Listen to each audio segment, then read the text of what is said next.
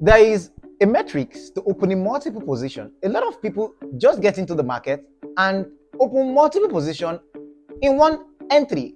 It's wrong, because if you have $100 and you open multiple positions, 10 positions with, let me say, a lot size of 0.10 in a forex pair, you are thinking that, okay, each position will take a stop loss of $10, but sometimes it can just take you out of the market.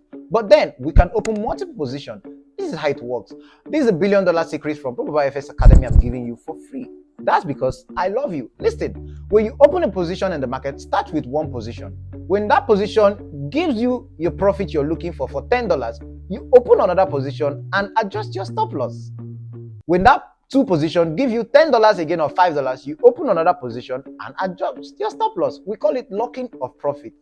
When that position gives you another $20 again, you open another position and adjust your stop loss.